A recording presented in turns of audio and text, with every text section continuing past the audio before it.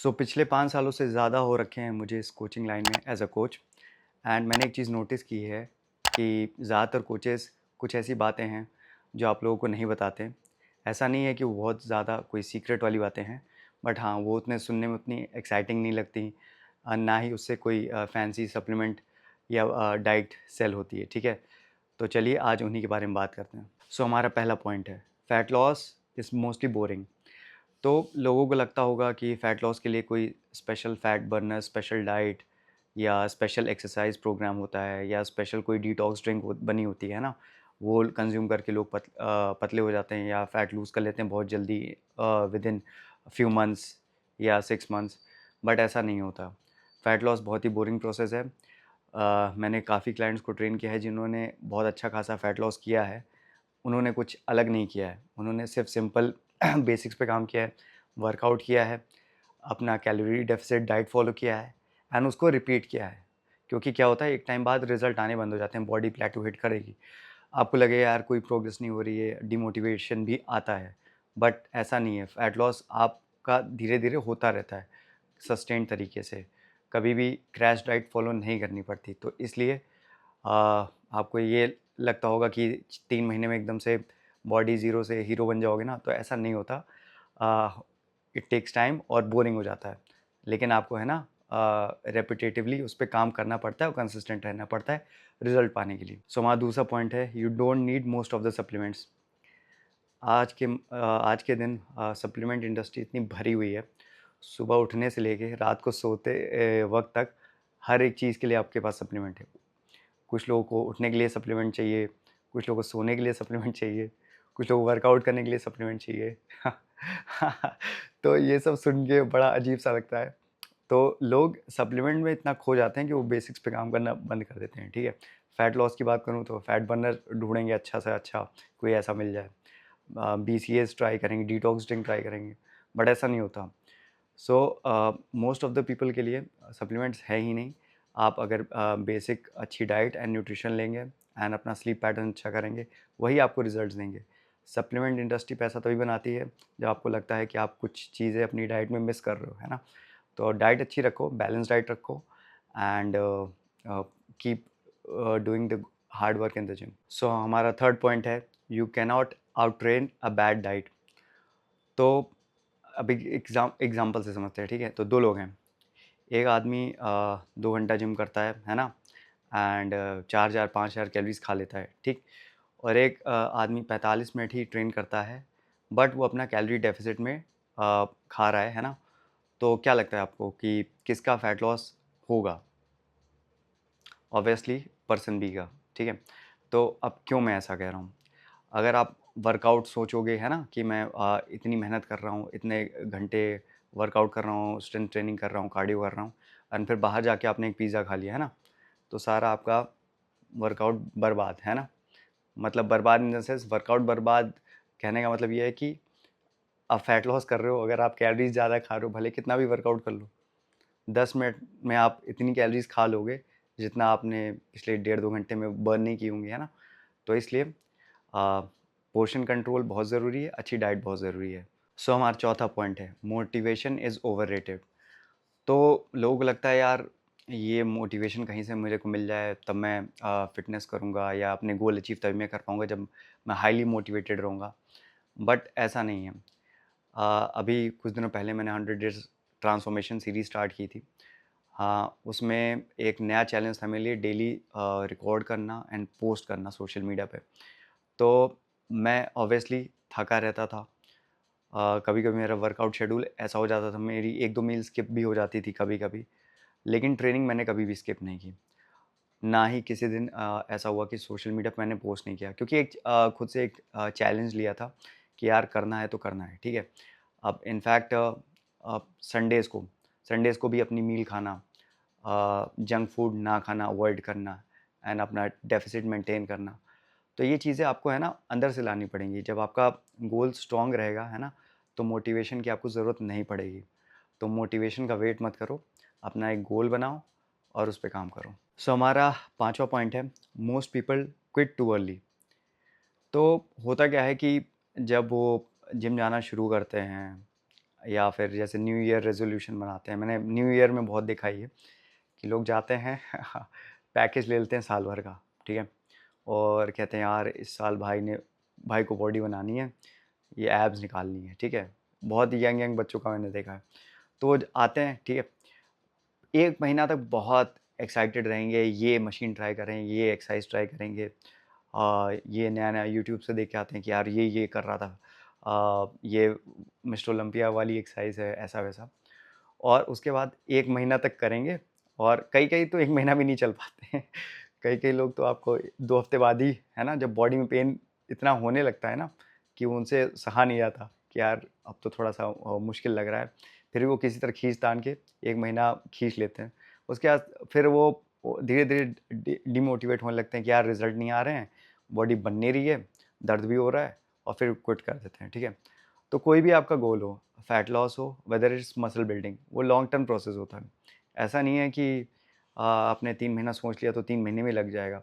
आपको ज़्यादा भी लग सकता है, आपको सालों लग सकते हैं, महीनों की जगह। तो क्या आप छोड़ देंगे?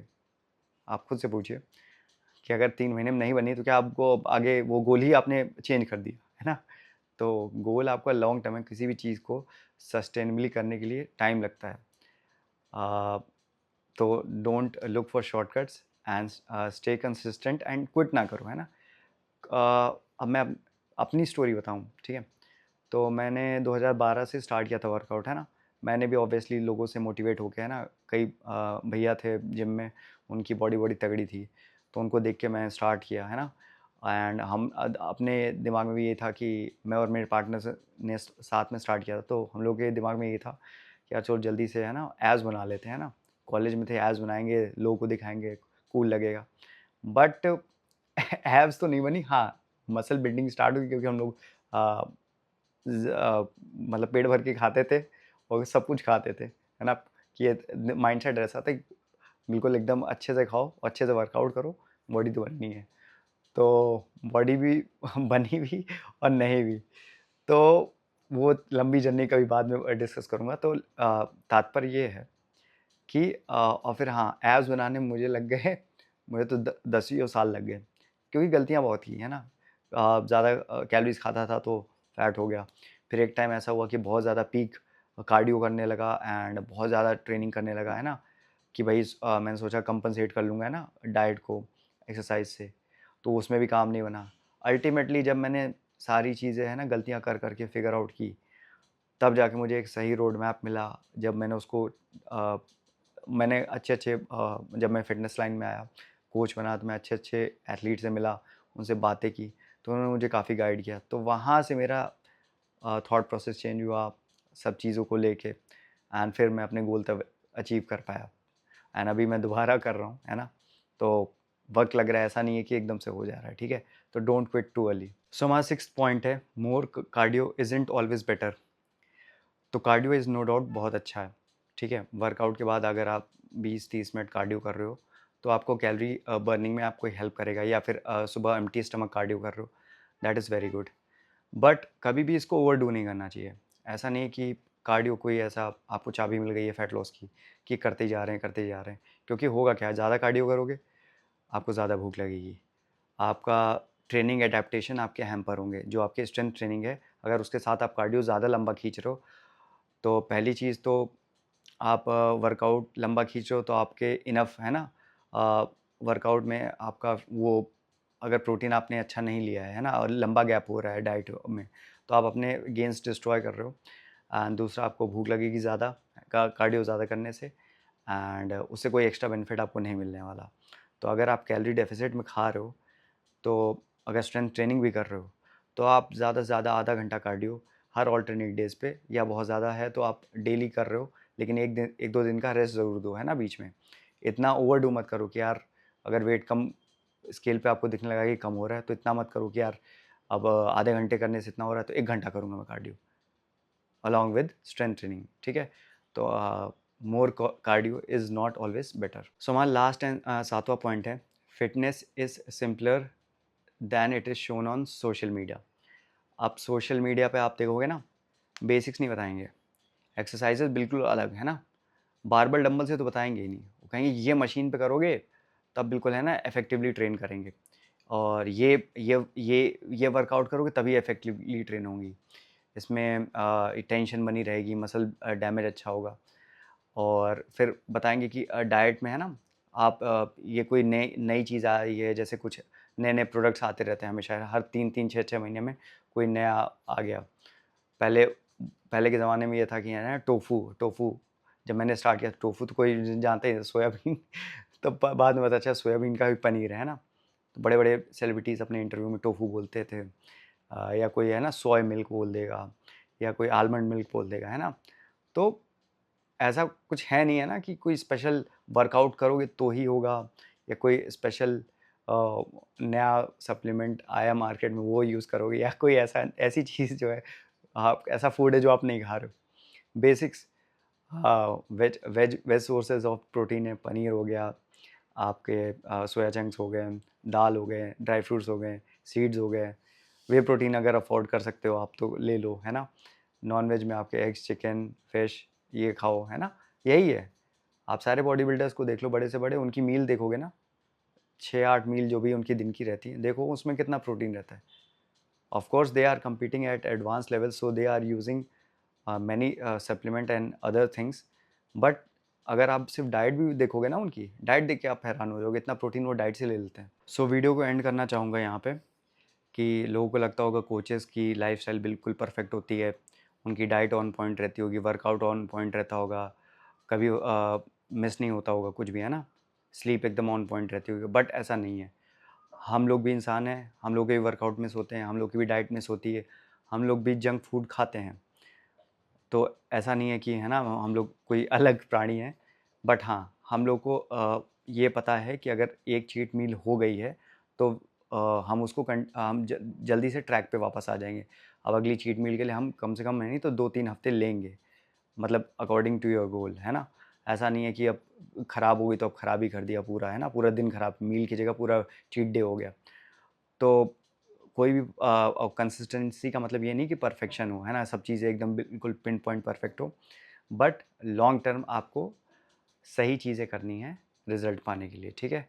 तो आई होप आपको काफ़ी नॉलेज मिली होगी इस वीडियो से, एंड अगर अच्छा लगा तो लाइक करें, नए व्यूअर्स हो यहाँ तक देख लिया है, सब्सक्राइब टू द चैनल, और शेयर करना चाहो तो शेयर कर दो।